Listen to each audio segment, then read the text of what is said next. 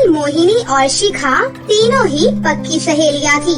पायल गरीब घर की लड़की थी, जबकि मोहिनी और शिखा बहुत अमीर घर से थी। तीनों ही स्कूल टाइम से दोस्त थी। जिस स्कूल में मोहिनी और शिखा पढ़ती थी वो बहुत ही महंगा स्कूल था, लेकिन EWS में पायल का नाम आ जाता है, जिस कारण वो भी उनके स्कूल में पढ़ पाती है और वहीं वो तीनों दोस्त बन जाती हैं। स्कूल खत्म होने के बाद मोहिनी और शिखा आगे की पढ़ाई के लिए विदेश चली जाती है और गरीब पायल अपनी माँ के साथ घर के कामों में ही हाथ बटाती है। माँ, मेरी वजह से आपको लोगों के घरों में झाड़ू बर्तन करने पड़ते हैं और फिर रात को बैठकर इन शर्ट के धागे भी काटती हो। बेटी, तेरी ये गरीब माँ मेहनत नहीं करेगी तो तेरी शादी कैसे करेगी? हाँ, बस एक बार तेरा घर बस जाए, फिर चाहे मैं मर जाऊँ। ऐसी बात मत करो माँ, पिताजी तो मुझे छोड़कर पहले ही जा चुके हैं और अगर तुम भी चली गई तो मेरा क्या होगा? ऐसे ही समय बीतता है। ज्यादा काम करने की वजह से विमला बीमार पड़ जाती है। फिर घर चलाने के लिए पायल अपनी माँ की जगह पर काम करने लगती है। कुछ महीने विमला ऐसे ही बिस्तर पर पड़ी रहती है। फिर एक दिन विमला पायल से कहती है, बेटी, तू तो मेरी हालत देख ही रही है। मेरी बात मान, तो अब तू शादी कर ले। अपने हाथों से तेरी शादी कर जाऊं, बस यही आखिरी इच्छा है मेरी। ठीक है माँ, तुम जिससे कहोगी मैं उससे शादी कर लूंगी। पायल दिखने में बहुत सुंदर थी, इसलिए उसकी शादी एक अच्छे घर में तय हो जाती है। बहन जी, हमें दहेज में कुछ भी नहीं चाहिए, लेकिन आप बस हमारे बारातियों का स्वागत अच्छे से कर देना। ठीक है भाई साहब। पायल की शादी पक्की हो जाती है और वो अपनी सहेलियों को फोन करके बताती है। पायल, क्या तेरी शादी पक्की हो गई? और तो ये बात हमें अब बता रही है। हम कल ही वापस आ रहे हैं। दोनों सहेलियां अपने देश वापस लौट आती हैं और जल्दी से पायल से मिलने आती हैं। अच्छा बता पायल, तू अपनी शादी की शॉपिंग कहाँ से कर रही है? मैं ऊपर से अपनी गरीब किस्मत लिखवा कर लाई हूँ बहन, और हम गरीबों के नसीब में ये लहंगा नहीं होता। शादी की तैयारियों में और बारातियों के स्वागत में माँ की सारी जमा पूंजी खत्म हो गई है, इसलिए मेरी माँ की शादी की जो साड़ी रखी है मैं वही पहन लूंगी। ये कहते हुए पायल की आँखों में आंसू आ जाते हैं। मोहिनी और शिखा उससे मिलने के बाद अपने घर आ रही होती हैं। तूने देखा ना, पायल अपनी शादी से बिल्कुल भी खुश नहीं है। खुश कैसे होगी पायल बेचारी? तूने देखा नहीं, उसके पास तो अपनी शादी तक का जोड़ा लेने के लिए पैसे नहीं है। अब हम दोनों सहेलियों को मिलकर ही अपनी गरीब सहेली की शादी को खुशियों से भरना होगा। अगले दिन मोहिनी और शिखा एक बड़े से मॉल में जाती है, जहाँ से वो बहुत ही सुंदर ब्राइडल लहंगा, उसकी मैचिंग ज्वेलरी और सैंडल भी खरीदती हैं। फिर वो लहंगा लेकर पायल की शादी वाले दिन उसके पास आती है, जहाँ पायल अपनी माँ की शादी की फटी हुई साड़ी, जिसका रंग भी फीका पड़ चुका था, उसे पहनकर बैठी हुई होती है। अरे, कहाँ रह गई थी तुम दोनों? कब से तुम्हारा इंतजार कर रही थी। ये लो पायल, तुम्हारी दोनों सहेलियों की तरफ से तुम्हारा शादी का जोड़ा। अरे, ये तो बहुत महंगा लगता है। तुम्हें मेरे लिए इतना महंगा ब्राइडल लहंगा लाने की क्या जरूरत थी? हमारी सबसे प्यारी सहेली की शादी हो रही है, तो क्या हम उसके लिए इतना भी नहीं कर सकते? हाँ, आज तो हम तुझे अपने हाथों से सजाएंगे और तुम देखना, सभी लोग हमारी सहेली को देखकर हैरान रह जाएंगे। इसके बाद पायल वो ब्राइडल लहंगा पहनती है। वो उस ब्राइडल लहंगे में बेहद खूबसूरत लग रही थी। पायल के प्रति अपनी सहेलियों का प्यार देखकर विमला की आंखों में भी आंसू आ जाते हैं और वो उन दोनों को ढेर सारी दुआएं देती है। माँ, ये नौकरी मेरे लिए बहुत जरूरी है। अगर उन होटल वालों को मेरा काम पसंद आ गया तो मेरी पगार और बढ़ जाएगी। बहुत मुश्किल से तो मुझे ये नौकरी मिली है। अब तुम ऐसे घबरा कर भेजोगी तो वहाँ इतनी दूर अनजाने शहर में अनजानी जगह पर मेरा बिल्कुल भी मन नहीं लगेगा। हाँ हाँ, नहीं कर रही मनुदास, पर तू वादा कर मुझे रोजाना फोन करती रहेगी। हाँ माँ, मैं जब भी काम से फ्री हुआ करूँगी सबसे पहले तुम्हें फोन करूँगी। अच्छा रुक, मैं तेरे लिए साथ में खाने का कुछ बांध देती हूँ, तो रास्ते में बस में खा लेना। ठीक है माँ, तब तक मैं अपना सामान अटैची में रख लेती हूँ। ये है सिमरन, सुभद्रा की बेटी। सुभद्रा बहुत गरीब है। पति के जाने के बाद घरों में काम करके सुभद्रा ने सिमरन को पाल पोस कर बड़ा किया। सिमरन ने गांव में ही रहकर 12वीं तक की पढ़ाई पूरी की। सिमरन आगे पढ़ना तो चाहती थी, पर पिछले 1 साल में सुभद्रा की तबीयत बहुत खराब रही, जिस वजह से सिमरन ने अभी कॉलेज की पढ़ाई के लिए अपना विचार बदल लिया और नौकरी ढूंढने लगी। सिमरन के बचपन की सहेली विभा की कुछ समय पहले दिल्ली के एक होटल में नौकरी लगी थी। विभा जब गांव आई तो सिमरन ने अपने बारे में भी बात की, तो विभा ने उसकी भी नौकरी उसी होटल में लगवा दी। अगले दिन सिमरन नौकरी के लिए दिल्ली पहुंचती है। होटल में विभा उसे सब कुछ समझा देती है। सिमरन खूब मेहनत के साथ होटल में नौकरी करने लगती है। सभी लोग ध्यान से सुनो। शहर के बहुत बड़े व्यापारी मिस्टर चंद्रवीर जी की बेटी किरण आज शाम अपना जन्मदिन मनाने के लिए हमारे होटल में आ रही हैं। सभी स्टाफ को उनका पूरा ख्याल रखना है। चंद्रवीर जी की बेटी किरण को किसी भी बात की कोई तकलीफ नहीं होनी चाहिए, क्योंकि वो पहली बार हमारे होटल में आ रही हैं। समझ गए? जी सर, हम पूरा ख्याल रखेंगे। सुना है विदेश में पढ़ी लिखी है और बहुत नखरे वाली है। अभी सुबह ही मैंने रिसेप्शन पर फोन उठाया था। बड़ी ही तीखी आवाज में बात कर रही थी। हमें तो बहुत ध्यान रखने की जरूरत है। अगर जरा सी भी शिकायत का मौका मिला तो मैनेजर का गुस्सा तो मैं जानती हूँ, फालतू का भड़क जाते हैं। अच्छा चल, फिर तो हम लोग बहुत ध्यान रखेंगे। अरे माँ का फोन आ रहा है। हेलो, हाँ माँ। हेलो सिमरन, जन्मदिन की ढेर सारी बधाई मेरी बच्ची। थैंक यू माँ, मेरे जन्मदिन पर आपका आशीर्वाद मेरे लिए बहुत महत्व रखता है। आज सिमरन का भी जन्मदिन है। ये बात सुनकर सभी स्टाफ के लोग सिमरन को जन्मदिन की बधाई देते हैं। अरे सिमरन, आज तुम्हारा भी जन्मदिन है।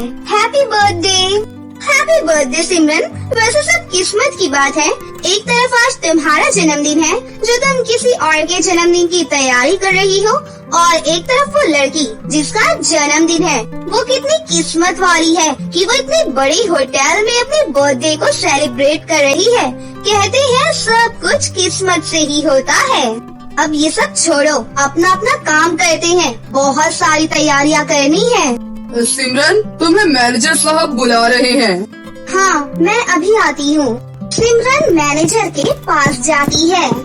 सिमरन, तुम्हें मैं एक स्पेशल ड्यूटी दे रहा हूँ। किरण मैडम के वेलकम के लिए तुम्हें गेट पर ही खड़ा होना है। जैसे ही वो एंट्री लेंगी तुम उनके साथ रहोगी और देखते रहना कि उन्हें किसी भी बात की कोई कमी ना हो। और एक काम करो, अपनी ड्रेस की जगह कोई अच्छी सी स्मार्ट ड्रेस पहन लो ताकि और अच्छा इम्प्रेशन पड़े। जी सर। सिमरन को होटल के गेट पर ड्यूटी मिल जाती है। सिमरन के पास अपनी तो कोई अच्छी ड्रेस थी नहीं, इसलिए विभा उसे अपनी सुंदर सी ड्रेस दे देती है। सिमरन तैयार होकर गेस्ट के आने का वेट कर रही थी। तभी एक आदमी उसके पास आया।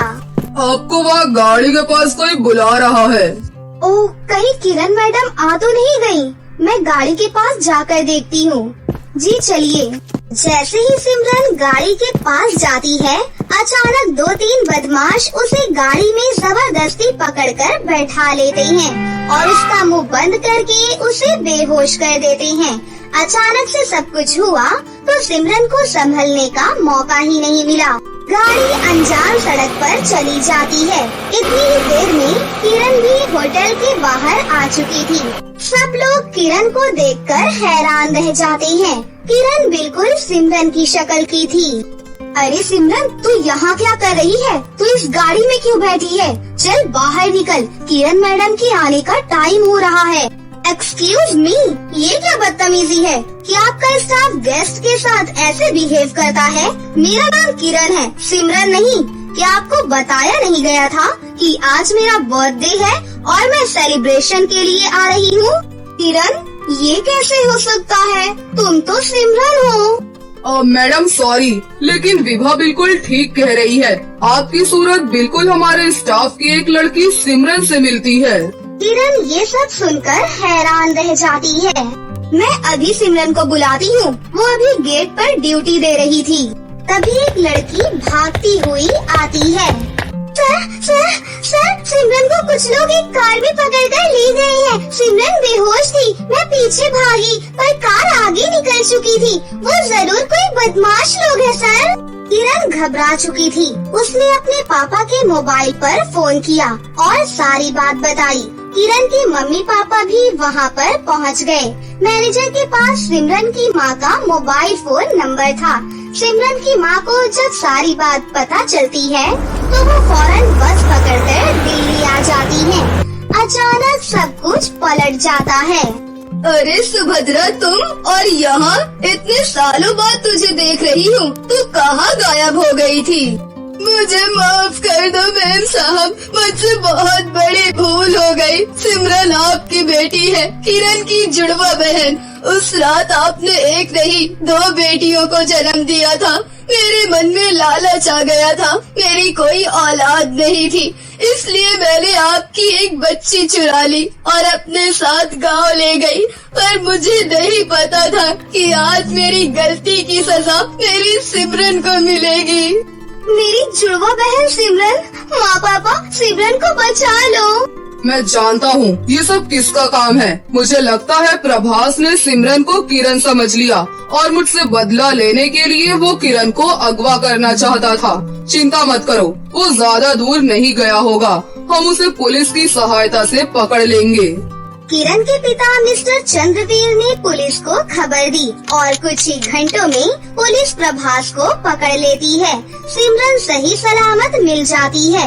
जब सिमरन को सच्चाई पता चलती है कि किरण उसकी जुड़वा बहन है और उसके असली माता पिता मिस्टर चंद्रवीर और नीमा हैं, तो वो बहुत रोती है। मेरी बच्ची सिमरन, तू हमसे कितने सालों तक दूर रही। मेरी बेटी सिमरन। सिमरन मेरी बहन, तू इतने साल मुझसे दूर रही। मैं भी आप सबको पाकर बहुत खुश हूँ। और माँ, तुमने ऐसा क्यों किया? मेरे अपने माता पिता से मुझे दूर क्यों कर दिया? सिमरन और किरण एक दूसरे के गले लग जाती हैं। मुझे माफ कर दे सिमरन, मुझे माफ कर दे। अब तू अपने परिवार के साथ खुश रहे। मैं तुझे अपना चेहरा कभी नहीं दिखाऊंगी। मैं हमेशा के लिए जा रही हूँ। तुम कहीं भी नहीं जाओगी। जो हुआ बचपन में हुआ। मैंने बचपन से तुम्हें अपनी माँ माना है। मैं तुम्हारे बिना नहीं रह सकती माँ। सिमरन अपनी माँ के गले लग जाती है क्योंकि सुभद्रा ने उसे पाल पोस कर बड़ा किया था। सिमरन को अपना असली परिवार मिल जाता है, अपनी जुड़वा बहन मिल जाती है और वो अपनी नई जिंदगी की शुरुआत करती है। मीनल बेटा, और कितनी देर खेलेगी? चल अंदर आजा। देख, आज तेरी मनपसंद लहसुन की चटनी बनाई है। अब जल्दी से अंदर आजा और खाना खा ले। बस थोड़ी देर और माँ। ठीक है, लेकिन अंधेरा होने से पहले आ जाना। इसके बाद मीनल दोबारा खेलने में लग जाती है कि तभी अचानक मीनल की नजर उसके पड़ोस में खेल रही भावना पर पड़ती है। मीनल देखती है कि भावना के पीछे एक बिजली का खंबा है और वहाँ बिजली की तार लटक रही है। भावना उस बिजली के तार के पास जाने ही वाली होती है कि तभी मीनल आकर उसे धक्का दे देती है। माँ! तूने मेरी बेटी को धक्का क्यों दिया? भावना बेटा, तुम ठीक तो हो ना? मैंने जानबूझकर धक्का नहीं दिया है। ये देखो, यहाँ पर बिजली की तार लटक रही है। अगर भावना इस बिजली की तार को छू लेती तो इसे करंट लग जाता, इसीलिए मैंने इसे धक्का देकर बचा लिया। अरे हाँ, ठीक है, तूने मेरी बेटी की जान बचाई, इसके लिए तुझे तेरा इनाम मिल जाएगा। भावना बेटा, चलो मैं तुम्हारे कपड़े बदल देती हूँ। देखो, तुम्हारे नए कपड़े गंदे हो गए। इतना कहकर कस्तूरी अपनी बेटी भावना को अंदर ले जाती है। मीनल को अपनी मदद करता देख मीनल भावना को अच्छी लगने लगती है, जिसके बाद इन दोनों बच्चियों में दोस्ती का एक नया रिश्ता शुरू हो जाता है। मीनल, आज फ्रेंडशिप डे है। ये देखो, मैं तुम्हारे लिए कितना प्यारा ब्रेसलेट लेकर आई हूँ। इस ब्रेसलेट को तुम कभी भी मत उतारना, ये हमारी दोस्ती की निशानी है। अच्छा, मैं इस ब्रेसलेट को कभी भी नहीं उतारूंगी। और ये देखो, मैं भी तुम्हारे लिए ये धागा लेकर आई हूँ। माँ ने कहा है इस धागे को पहनने से तुम्हें कभी भी नजर नहीं लगेगी। अच्छा, तो मैं कभी भी इस धागे को नहीं उतारूंगी। मीनल एक किसान की बेटी होती है, तो वही भावना के पिता का बहुत बड़ा बिजनेस होता है।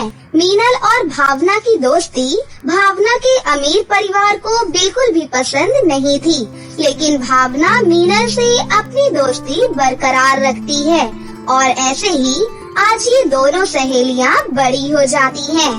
अरे भावना बेटा, तुम यहाँ, वो भी इतनी सुबह सुबह? आंटी, आज माँ ने नाश्ते में फिर से वही सैंडविच बनाया था और आप तो जानती है ना कि मुझे सैंडविच बिल्कुल भी पसंद नहीं है।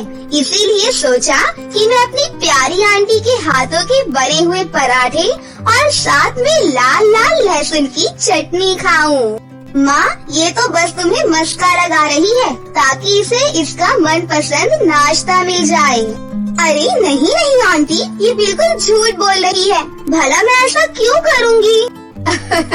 तुम दोनों सहेलियां बैठकर यहाँ आपस में बातें करो, मैं तुम दोनों के लिए नाश्ता बनाकर अभी लाती हूँ।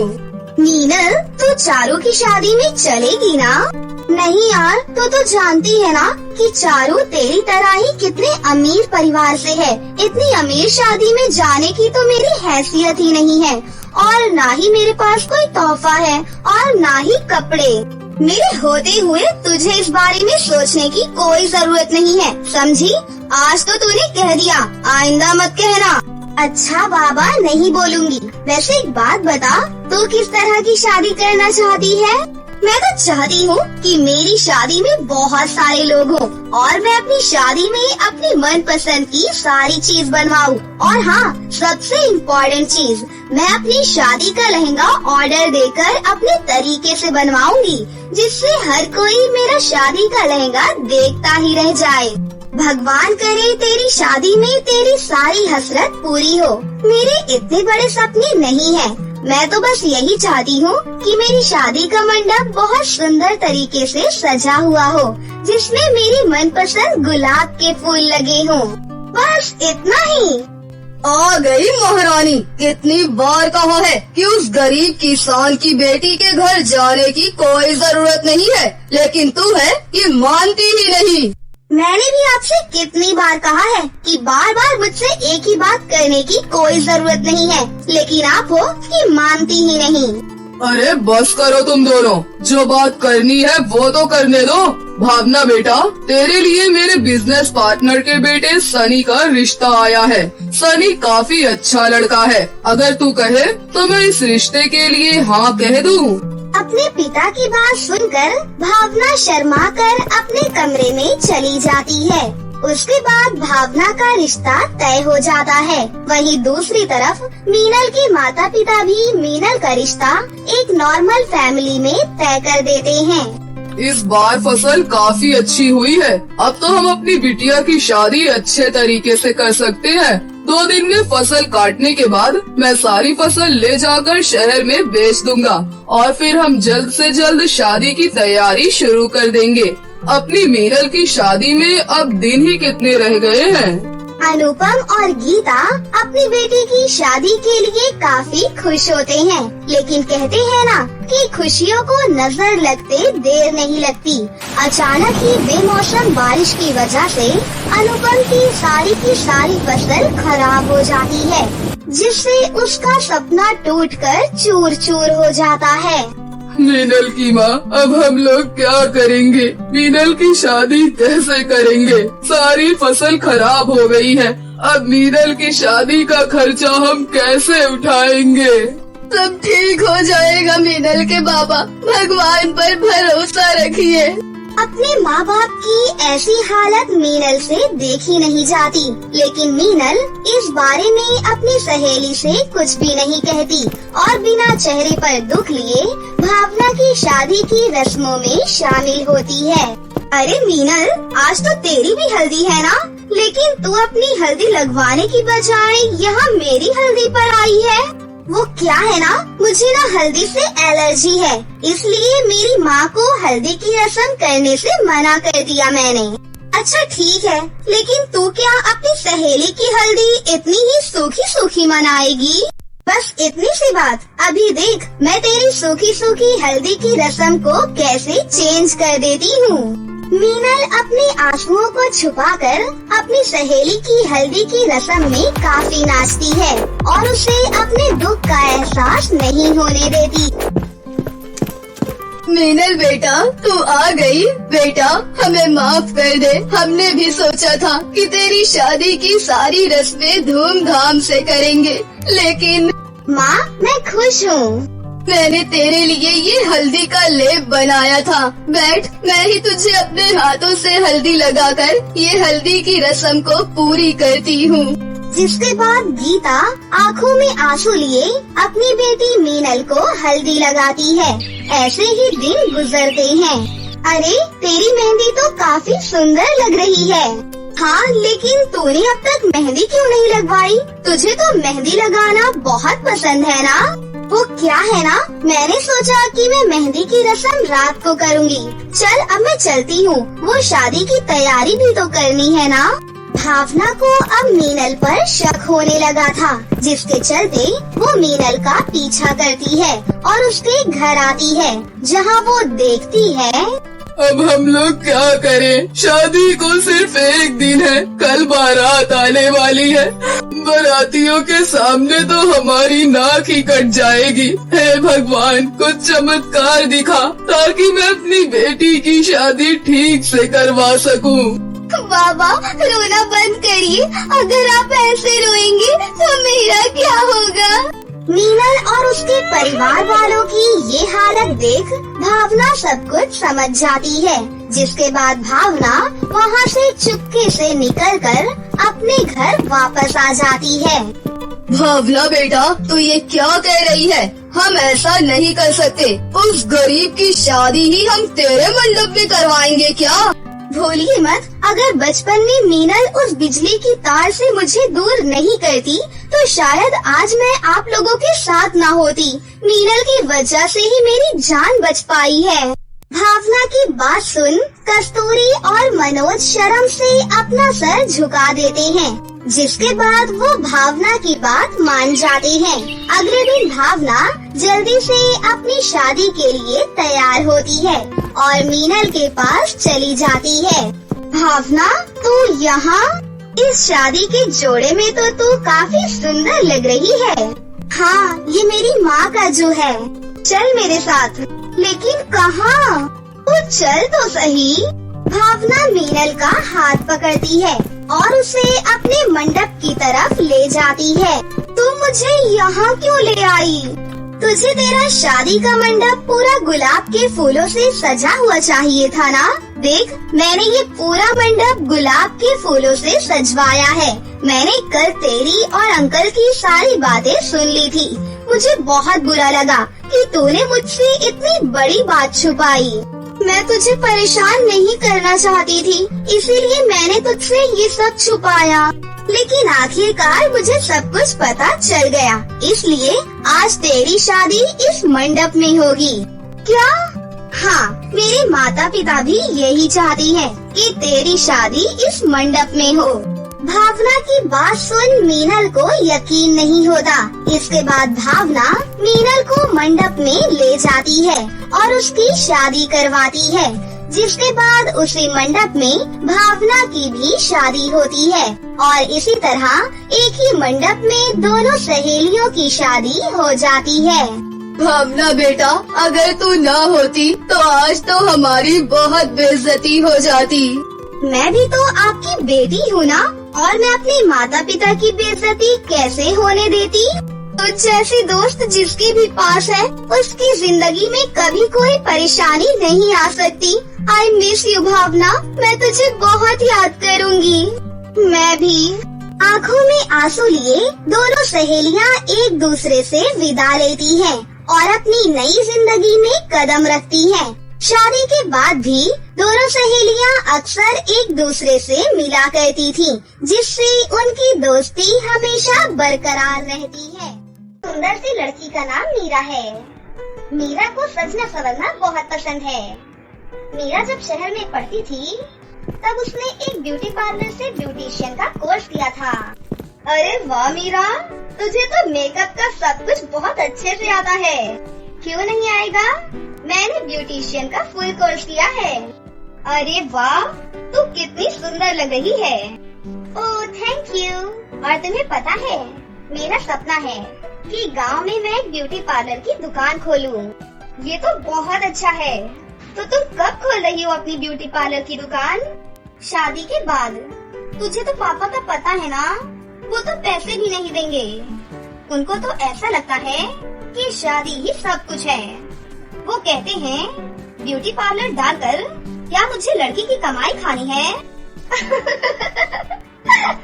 फिर कुछ दिनों बाद मीरा को देखने के लिए करण और उसका परिवार आता है। ये मेरी बेटी है मीरा, बीए किया हुआ है इसने। ये मेरा भतीजा करण है, बहुत पढ़ा लिखा है और सरकारी नौकरी भी है। अरे वाह, सरकारी नौकरी! और क्या चाहिए? सबका मुंह मीठा करवाइए। मीरा के पिताजी को सरकारी नौकरी वाले दामाद की ही खोज थी और करण को तो मीरा पहली ही नजर में बहुत पसंद आ गई थी, क्योंकि वो थी ही इतनी सुंदर। और 1 साल के बाद ही मीरा की शादी करण से हो गई।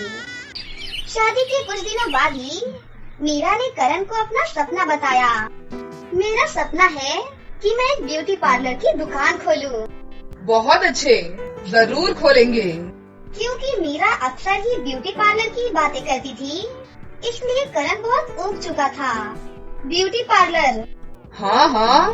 फिर एक दिन मीरा बहुत ही भड़क गई। अरे मैं कितनी बार बोलूं आपको कि मुझे ब्यूटी पार्लर की दुकान खोलनी है।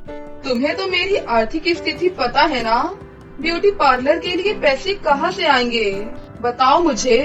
फिर मीरा सोचने लगी और वहाँ से अंदर कमरे में चली गई और अपने झुमके लेकर वहाँ से बाहर आई और बोली, ये है ना मेरे झुमके, ये किस काम में आएंगे? लेकिन ये तो तुम्हारे पापा ने दिए हैं ना। तो क्या हुआ, अगर समय पर मेरे काम नहीं आए तो इनका मूल ही क्या। आप इसे बेच कर आइए, फिर मैं ब्यूटी पार्लर खोल लूंगी, ठीक है? ठीक है। उसके बाद करण बाजार चला गया और उसने वो झुमके सुनार को बेच दिए और सारे के सारे पैसे मीरा के हाथ में रख दिए। मीरा पैसे देखकर बहुत खुश हुई।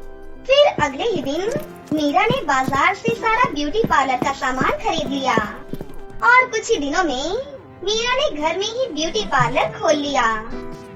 अब गांव की सभी औरतें मीरा के ब्यूटी पार्लर में ही आया करती थीं। मीरा अब बहुत खुश थी क्योंकि उसका ब्यूटी पार्लर बहुत अच्छा चल रहा था। उसकी आमदनी भी बहुत अच्छी थी। महीने के अंत में करण हिसाब किताब करने बैठ गया। इस महीने तुमने पूरे 30,000 रूपए का मुनाफा कमाया है। मैं नहीं कहती थी। हाँ, और अगर ऐसे ही चलता रहा तो जल्द ही हम बहुत अमीर बन जाएंगे। मीरा ने अपना ब्यूटी पार्लर का काम जारी रखा। ऐसे ही 1 साल बाद उसने एक दुकान खरीदी और उसने अपना ब्यूटी पार्लर खोला।